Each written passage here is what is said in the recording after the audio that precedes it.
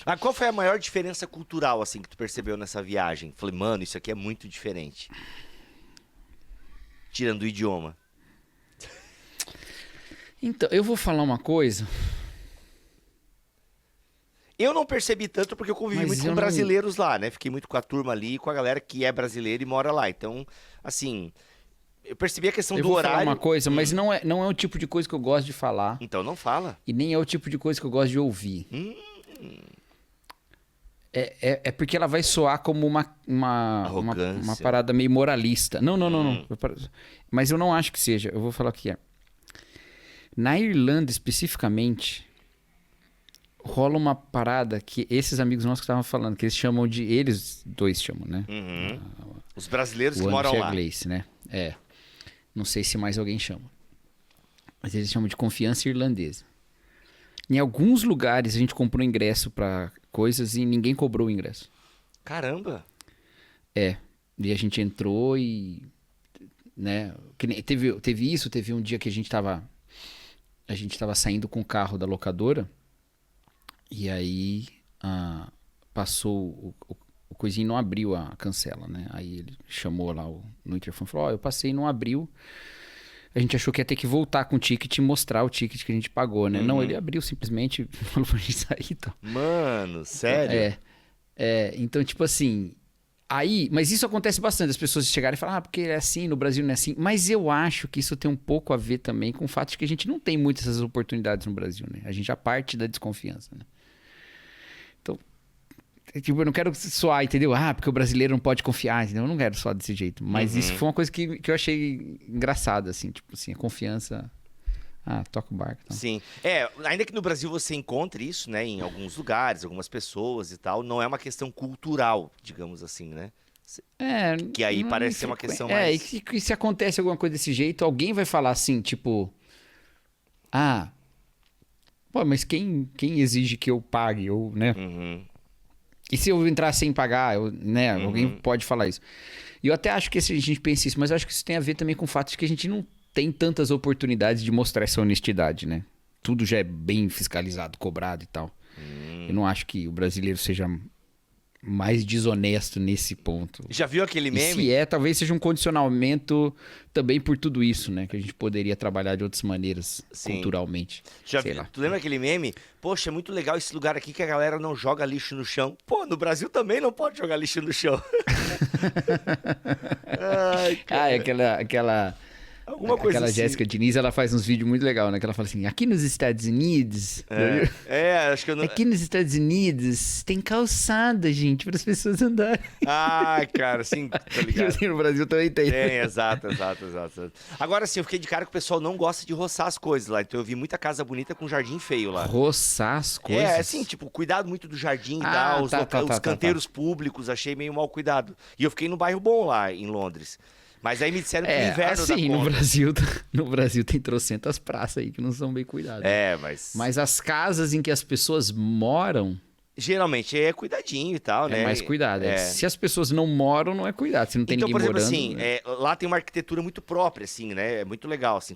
Tudo parece às vezes as casas e tal, mas tem lugares que tu percebe, pô, aqui é uma galera que tem grana, porque são casas maiores e tal, e tu vê pelos carros, né? Tipo, tem uma rua que eu andei com o Vitor lá, mano, era só Tesla, assim, sabe? Então... Não, e a casa também, né? Você dá pra ver quando a casa é mais simples e quando ela é menos... Cara, então, eu vou muito pelo tamanho lá, sabe? Eu vou muito pelo tamanho, assim, enfim, o que acontece? Mano, tu olhava, o jardim eu achava feio, sabe? Assim, tipo, uns matos crescidos e tal. Eu falei, mano, a galera não cuida do jardim aqui.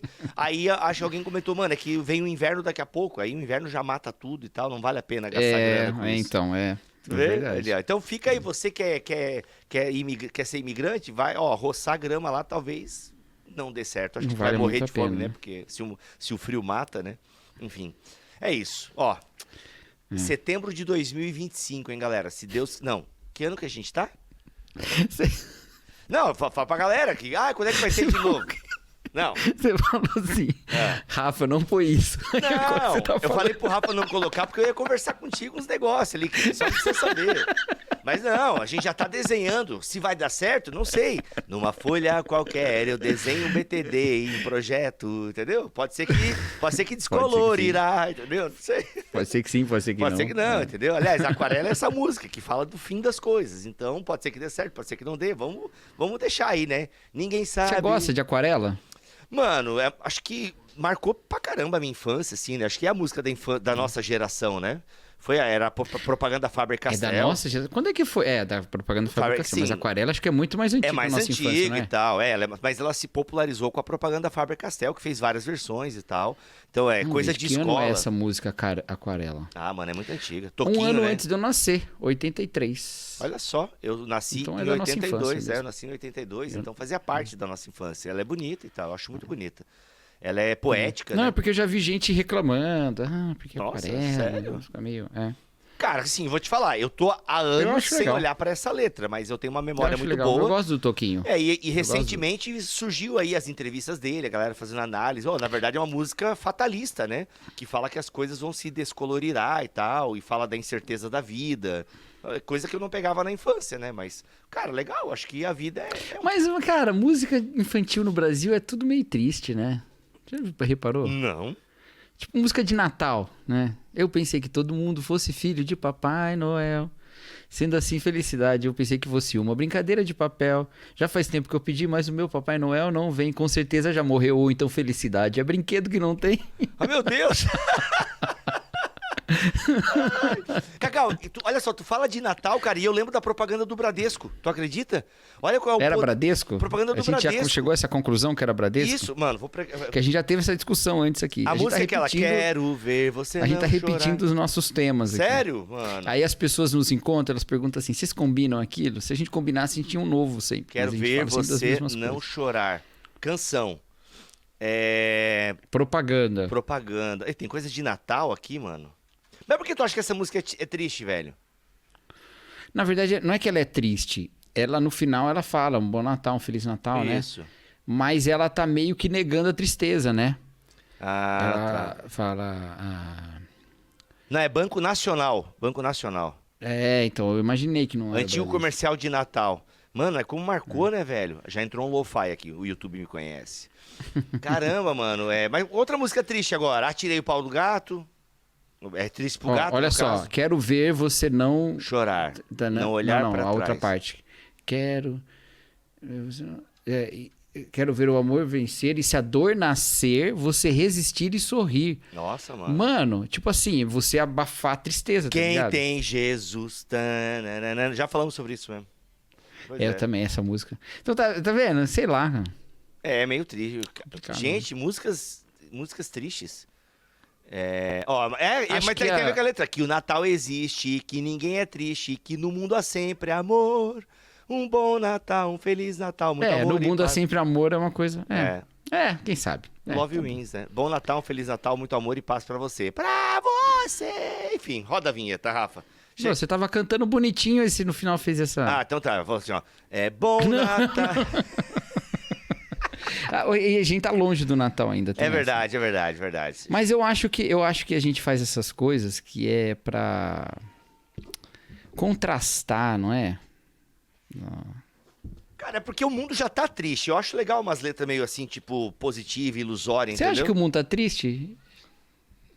Nossa, mano. Ai, para, eu não quero ficar pensando nisso, não. Eu não acho que o mundo tá Eu acho triste, que o mundo não. tá como ele sempre foi, mano. Eu acho. Eu acho que o mundo é Eu esse. acho também. Acho claro, que o mundo já assim- foi mais triste. Não, é que assim, você tem agora... Depende do contexto, né? Se Exato. você estiver no meio de uma guerra, né? Não, você tá aumentando o número de ansiosos no mundo. Agora, isso tem a ver com o aumento populacional, tem a ver com o surgimento das telas, não sei, tem toda essa pesquisa agora sendo feita, né? Que é uma geração mais triste, mais ansiosa, entendeu? Mais infeliz, não sei lá.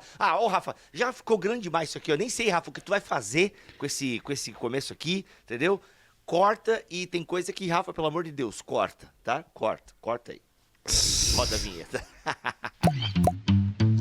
Bibo Talk apresenta BT Papo, uma conversa regada à Bíblia, teologia e risadas.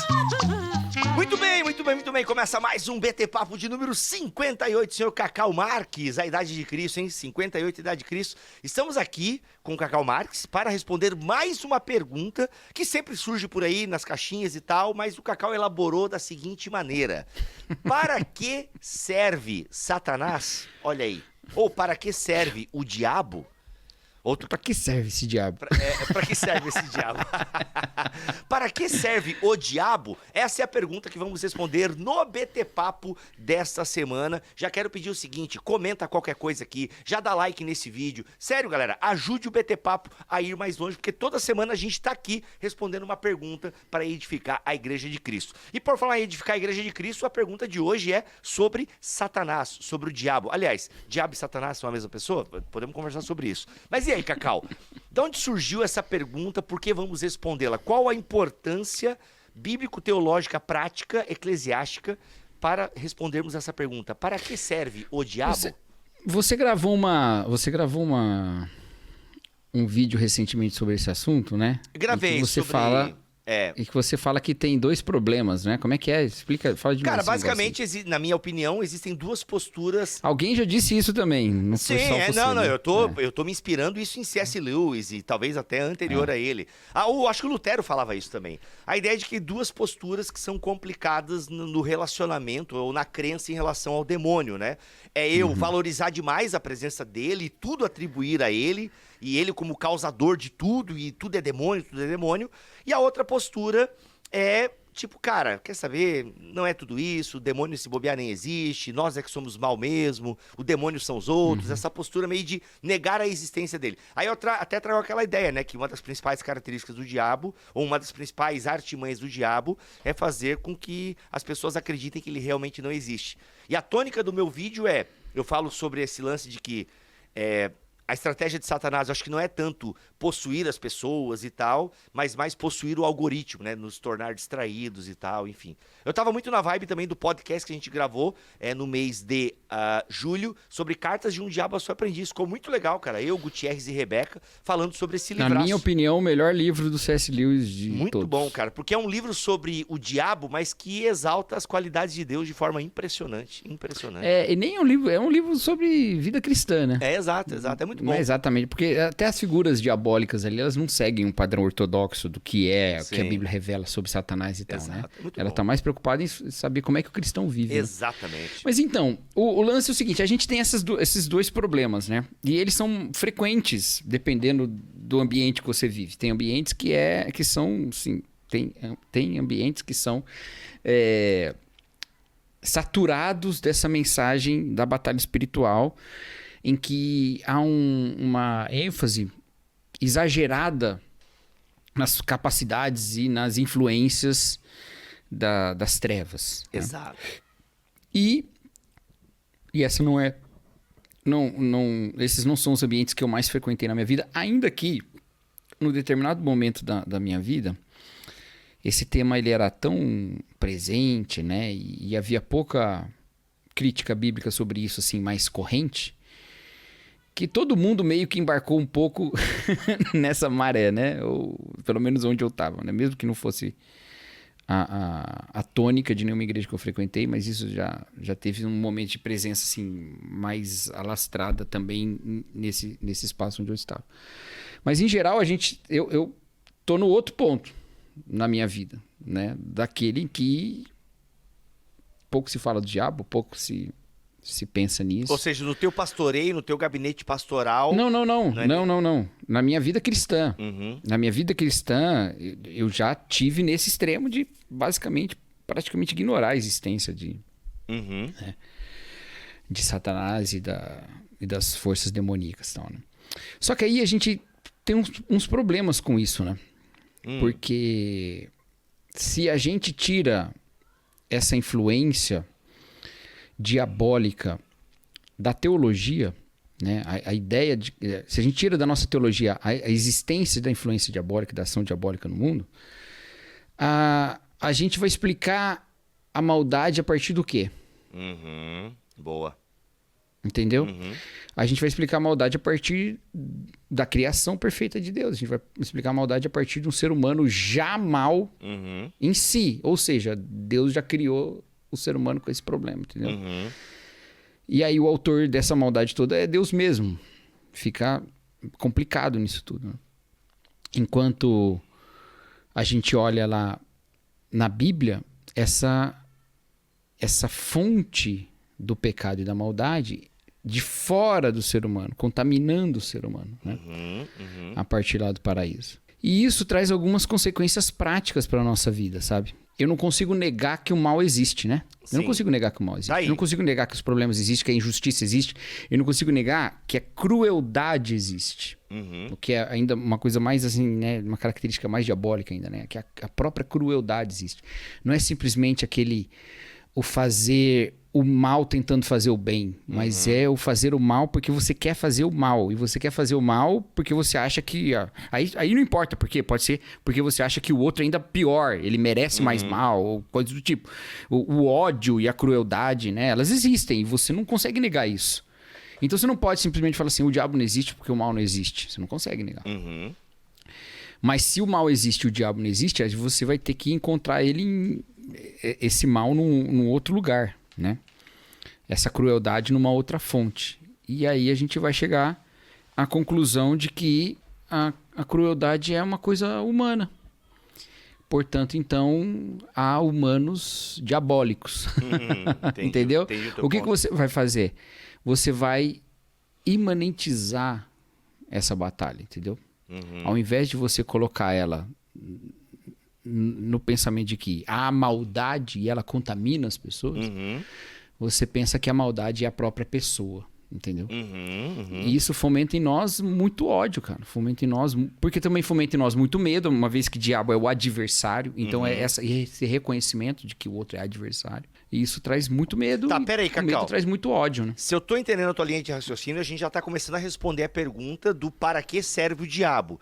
Então, uma das Perfeito. primeiras tarefas, ou melhor, um dos primeiros papéis que você tá levantando do diabo aqui é na teologia, é você desassociar de alguma forma o ser humano como o agente principal do mal, mas como alguém que sofre uma influência externa, né? Ele foi criado bom e sofreu uma influência externa, e isso obviamente gerou todo o pecado, mas no fato de eu não enxergar... De eu entender, Cacau, vou trazer Paulo para a conversa, que a nossa briga não é contra carne nem sangue. Isso, perfeito. Olha só, esse era o texto que eu queria chegar.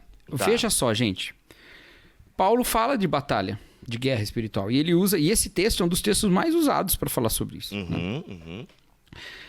Eu já vi gente usando assim, porque as nossas armas são espirituais, poderosas em Deus para destruir as fortalezas. A nossa guerra não é contra carne nem sangue, mas contra principados e potestades nas regiões celestiais. Aí a pessoa fala isso e fala, é por isso que nós como igreja precisamos...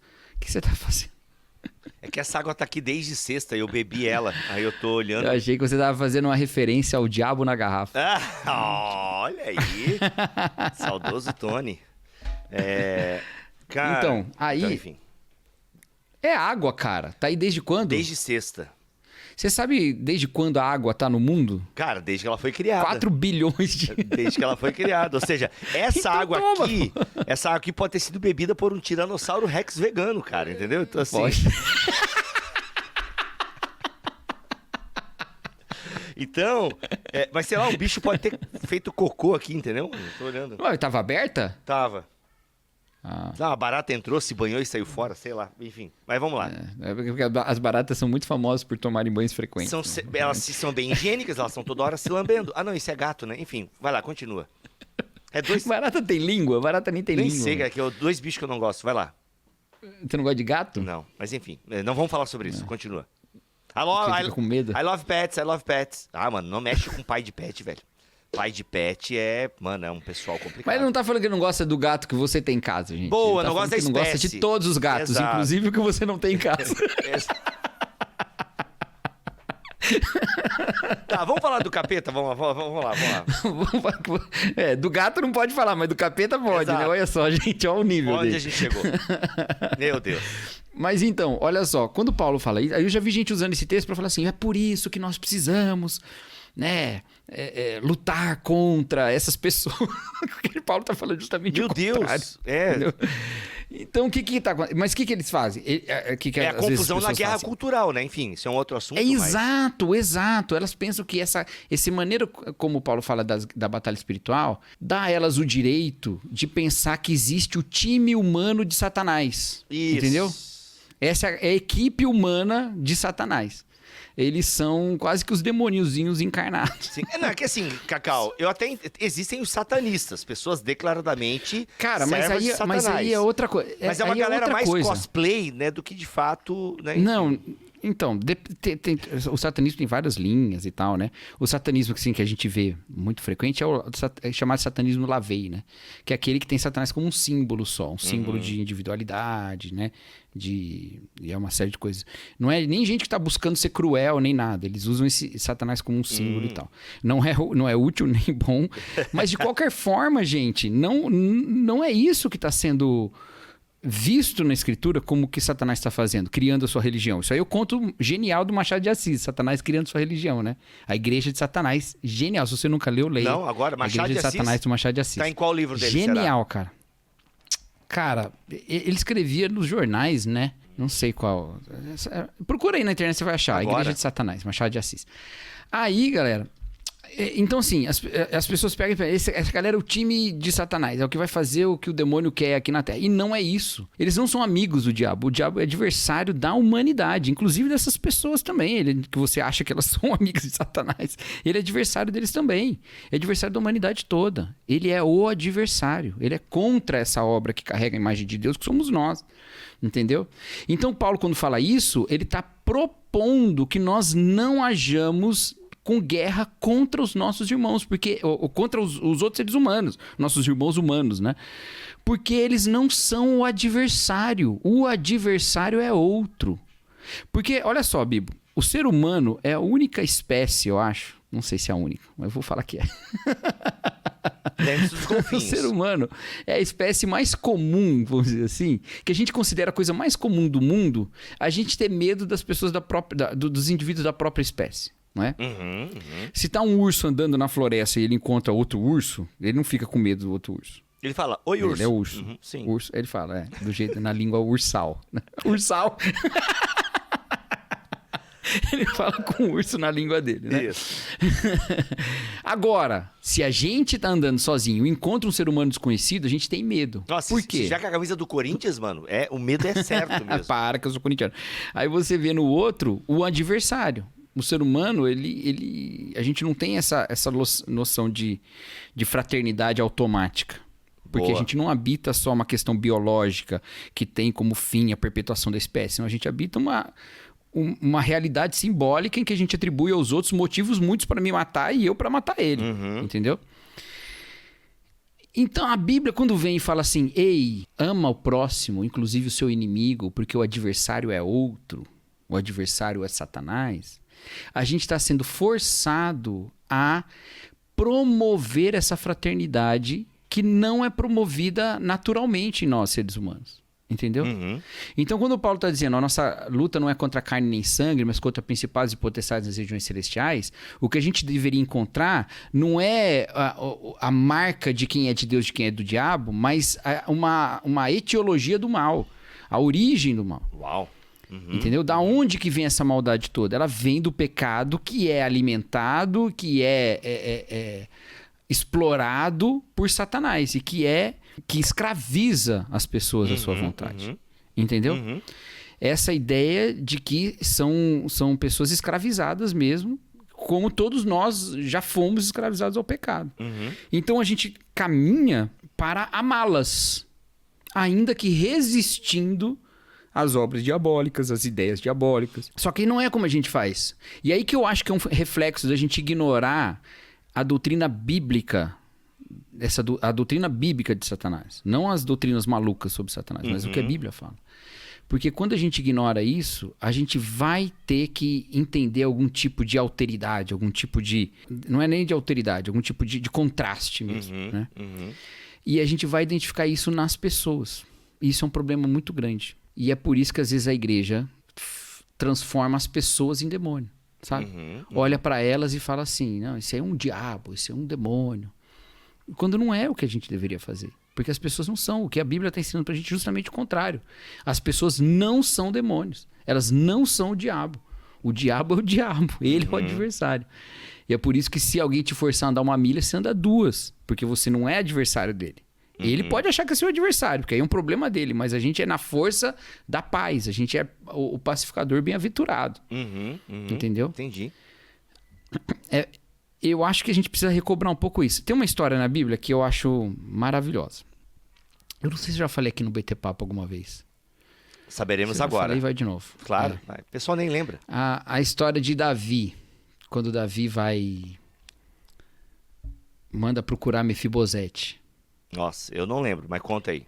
Então Davi tá lá no palácio dele, Saul já morreu e Jonatas já morreu, certo? Então os dois mortos. Aí Davi chega lá pros conselheiros dele e fala assim: existe alguém da casa de Saul a quem eu possa fazer o bem por amor a Jonatas? Saul já tinha morrido e Jonatas já tinha morrido. Basicamente não tinha mais nenhum familiar de Saul ali na corte.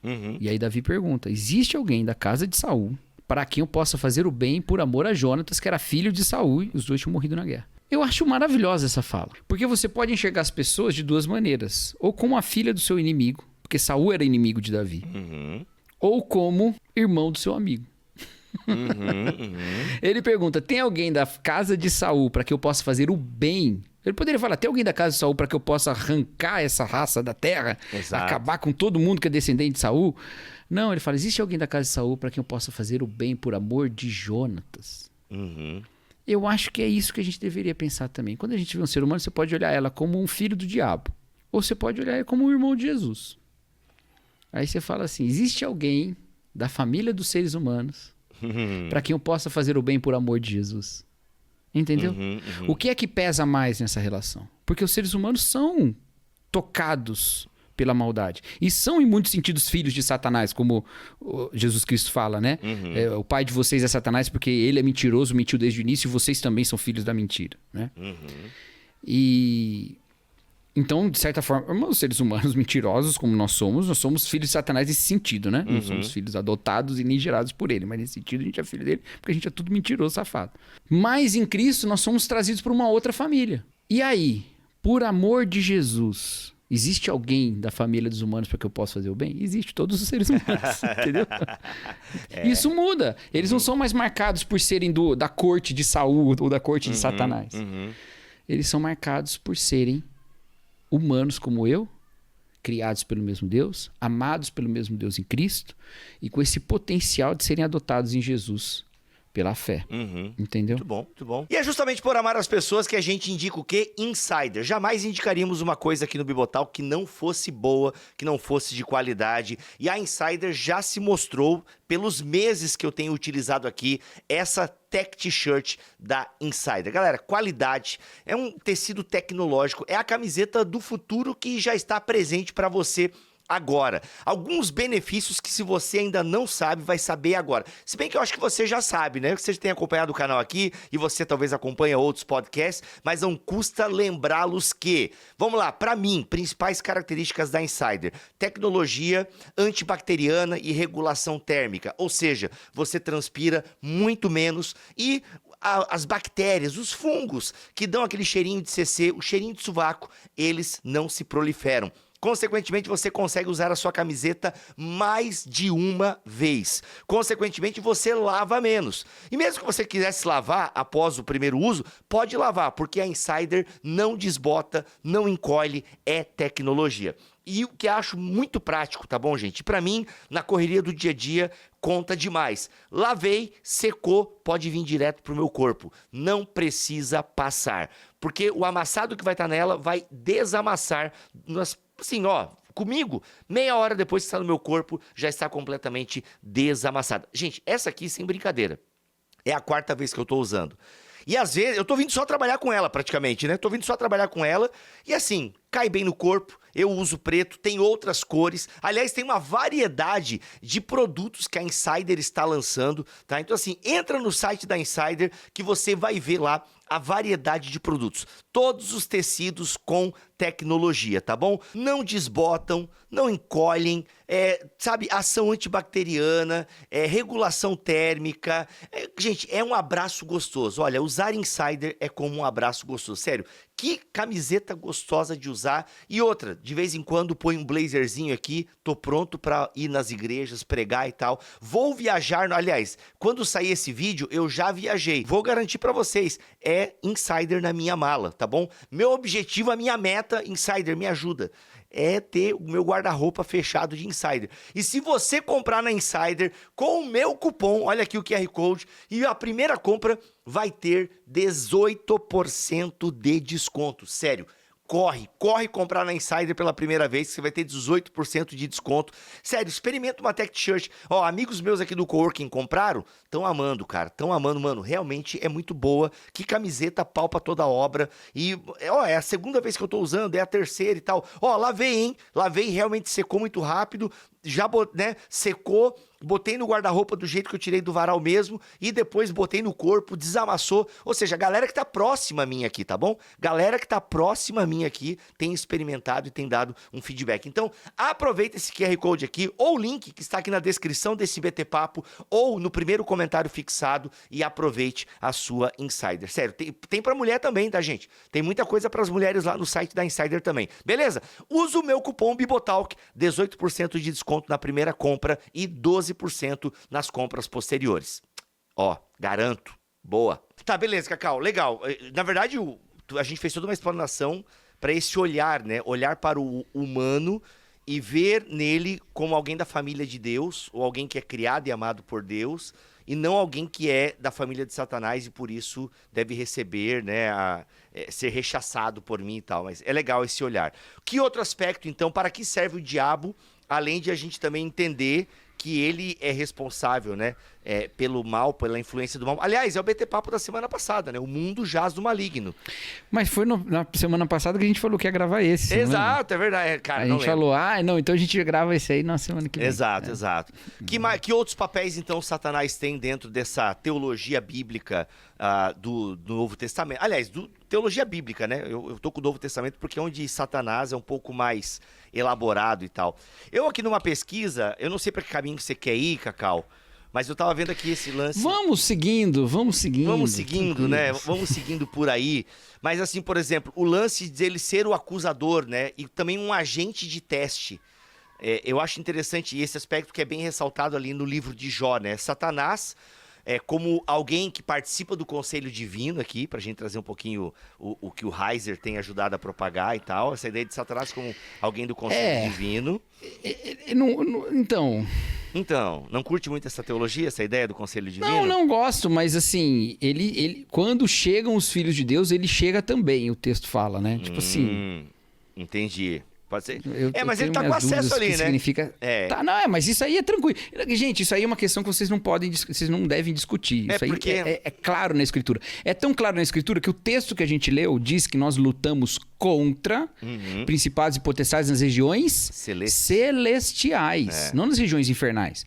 Por quê? Porque o diabo tá no céu? Não, gente. É porque são esses aspectos espirituais da vida. Não faz o menor sentido você achar, mas peraí, o diabo pode ir diante de Satanás? Sim, não é... Não, o diabo pode ir diante de Deus. O diabo pode ir diante de Deus? Sim, não é Putin e Medvedev que se encontrar um vai dar um soco na cara do outro, entendeu? Nossa, é outro aspecto. É que esse aspecto também das regiões celestiais, ela nos escapa bastante, né? Porque você vai encontrar mais informação na literatura extra-bíblica, que aí você pode, né, de alguma forma, tentar entender o que o autor bíblico está querendo dizer quando ele utiliza, né, regiões celestiais e tal, o mundo espiritual e tal. Mas o fato é que, primeiro, Satanás, obviamente, é uma criatura de Deus, ele não é Deus, e a gente entende... Deixando bem claro que não está escrita a criação de Satanás na Bíblia e nem a queda dele, né? Não tá. Claro isso, eu digo, mas é um pressuposto básico eu achar que Satanás é uma criação de Deus, porque não existe nada além de Deus, né? Só Deus. É o que eu falo... Tem um vídeo meu no Instagram lá, depois vocês procuram, que eu falo lá, que é assim... É uma dedução teológica de que Deus criou Satanás. Então, quando ele criou bom, porque Deus faz tudo bom, e que houve uma queda. Mas isso é uma dedução teológica, não tem nenhum texto da Bíblia que conta essa história. E que faz muito sentido, ela tem Por lógica. isso que você não deve pregar essa história Porque não tem texto pra você pregar.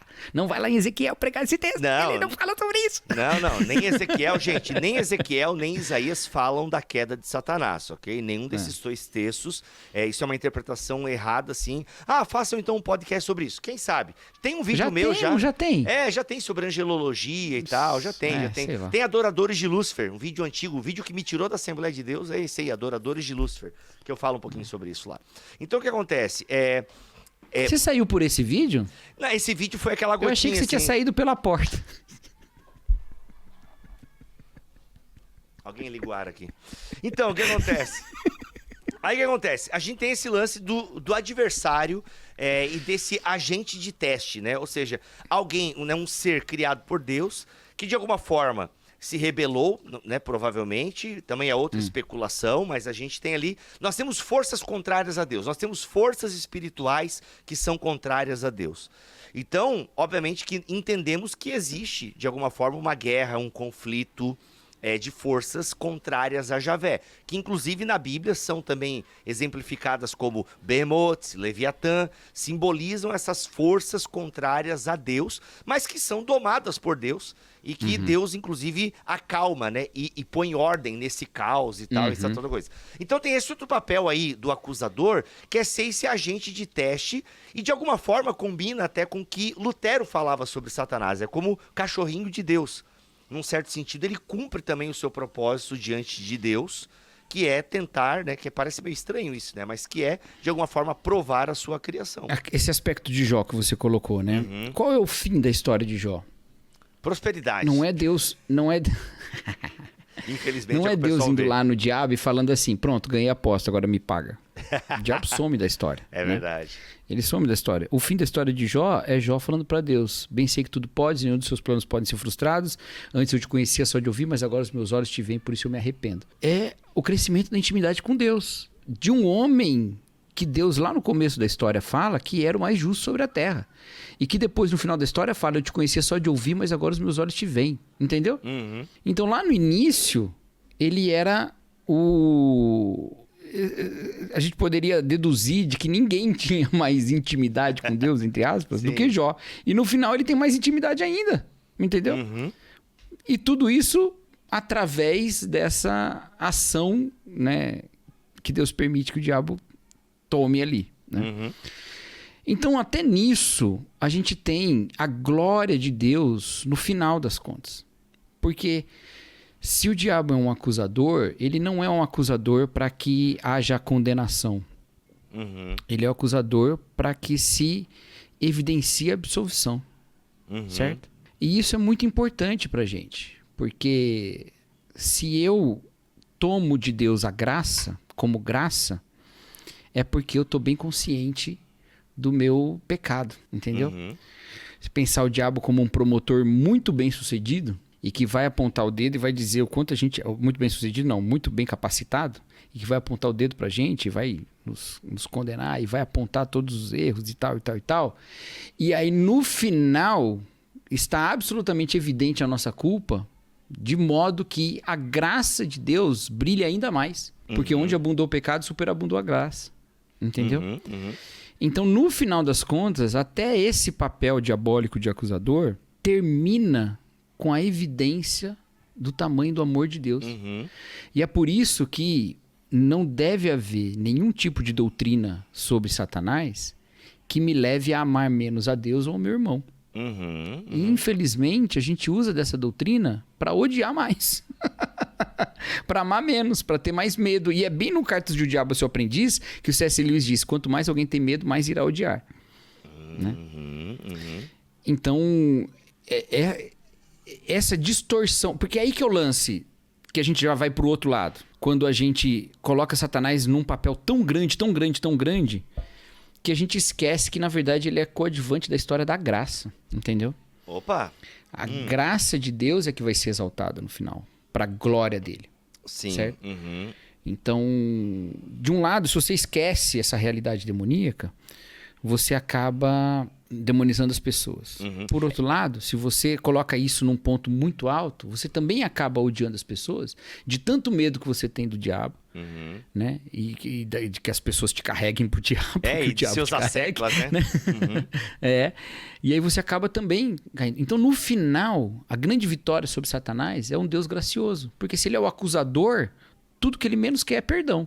E se Deus é gracioso, é justamente esse caráter de Deus que derrota Satanás. E ele é a personificação do mal, né? Esse é outro ponto. Não é o ser humano criado à imagem e semelhança de Deus, né? Não é o outro. Isso que a gente falou antes. Exato. E aí, ele com a personificação do mal e como líder, né, desses principados e potestades, o dragão de Apocalipse, né? Ou seja, a Bíblia reconhece que ele tem um poder, que ele faz um estrago, né? A Bíblia acho que não omite, acho não, né? Pelos textos a gente entende que ele faz sim um estrago, que ele é um agente, o mundo está sob o seu poder, como falamos na semana passada. Só que aí tem esse lance, né? Que nesse conflito cósmico ele perde, né? E isso exalta o poder de Deus, né? Mas esse caminho até Deus ganhar, né? A gente está aí nesse meio, né? Essa força desordenadora, né? Essa intenção desordenadora da ordem que Deus está trazendo. Como é? Essa intenção desordenadora. Porque é intencional. Essa intenção dele revela a ordem de Deus, né? Exatamente. Que loucura. Porque isso brota da própria percepção da nossa vida. Há coisas boas, belas, verdadeiras, ordenadas, justas, que funcionam. E há o caos, a maldade, a mentira, as trevas, que desordenam tudo. Se a Shalom é a nossa expectativa, que é essa plenitude de tudo, que é esse sentido perfeito de todas as coisas, ajustadas, o caos é o oposto, né? Sem forma e vazio, né? Então, a gente tá nesse meio que tem essas duas forças. Elas não são idênticas, Satanás não é um Deus, ele é menor que Deus. Ele é simplesmente a figura que demonstra o que é a negação dessa ordem de Deus. O que seria de nós se nós caminhássemos totalmente para esse sentido. A própria existência do mal vai apontar que existe algo bom, né? É uma reflexão possível. Isso, então, assim, e é o que você vê desde o início. Você tem uma terra sem forma, vazia, trevas sobre a face do abismo, e aí Deus começa a ordenar todas as coisas, e esse é o mover dele. E aí tem um contragolpe de Satanás, que é o pecado, que é o contragolpe da desordem. Porque Satanás é esse caos inicial? Não, não é. Mas assim como nós somos agentes desse caos muitas vezes, ele também é agente desse caos, né? E um agente mais poderoso e mais, né, e mais permanente do que nós. Então, essa compreensão nos faz exaltar ainda mais isso que Deus está realizando no mundo. Entendeu? E é por isso que a gente não se vale das mesmas estratégias e armas de Satanás para combater essa guerra. Entendeu? Porque Satanás usa as pessoas como bucha de canhão.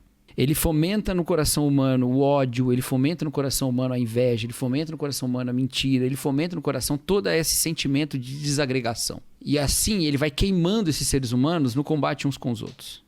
E se a gente pega e identifica nesses seres humanos escravizados pelo pecado exatamente isso, eles são as armas que eu tenho que destruir, então minha luta é contra carne e sangue, Satanás está ganhando neles e em nós.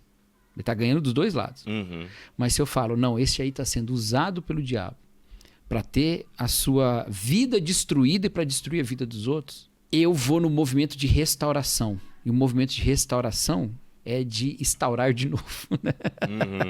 É de novo agir naquilo que Deus começou a agir lá no começo.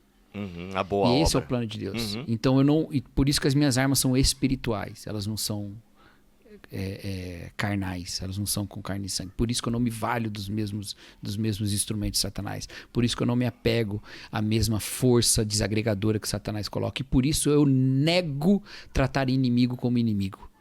Eu trato inimigo como amigo. Ele pode até me tratar como inimigo, mas eu trato ele como amigo. Porque eu sei que ele não é meu inimigo. E eu sei disso. E ele não sabe. E ele não sabe porque o verdadeiro inimigo colocou isso na cabeça dele. Boa. Eu não vou deixar esse inimigo colocar isso na minha cabeça também. Entende? Sensacional. Sensacional. E aí, senhor Cacau Marques? É isso, né? Eu acho que... É isso. Se você ouviu esse BT Papo agora e lembrou de uma discussão que rolou na internet há umas 2 semanas atrás e tal, você consegue fazer aí umas boas aplicações, quem sabe. Rapaz, vou confiar que você tá certo, porque eu não me lembro o que que é, mas vou confiar. Pra mim tá ótimo. Tá ótimo. Então é isso. É sobre isso, então. Deixamos aí no ar. Quem pegou, pegou. Que o Espírito fale com os seus, é? É isso. Ficamos por aqui em mais um BT Papo. Voltamos a semana que vem, se Deus quiser assim permitir. Fiquem todos na paz do Senhor Jesus. Valeu, galera. Beijos. Tchau, tchau. Tchau. Ai, Rafa, vamos lá. Fala aí, Cacau, de novo. Eu não sei onde ele vai fazer esse corte. Não, então eu não volta sei. tudo. Ai, tem aquela lá, não, desde o começo. Não vou falar nada. Não, porque agora eu ia puxar. me recuso. Eu ia puxar. Eu me recuso. Eu não, ia puxar essa não, música, me de recuso. verdade, Cacau. Eu juro pra ti que eu ia Não. puxar essa música. Um parênteses aqui. Na verdade, eu falei, não era isso que eu queria falar.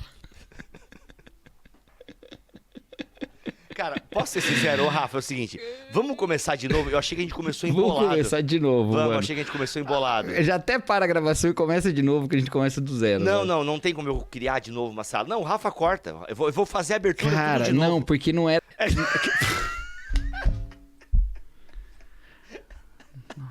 Rafa, eu não preciso... Pelo amor... Rafa, eu não pelo preciso nem amor dizer, Rafa, que essa é só entre nós três aqui, entendeu?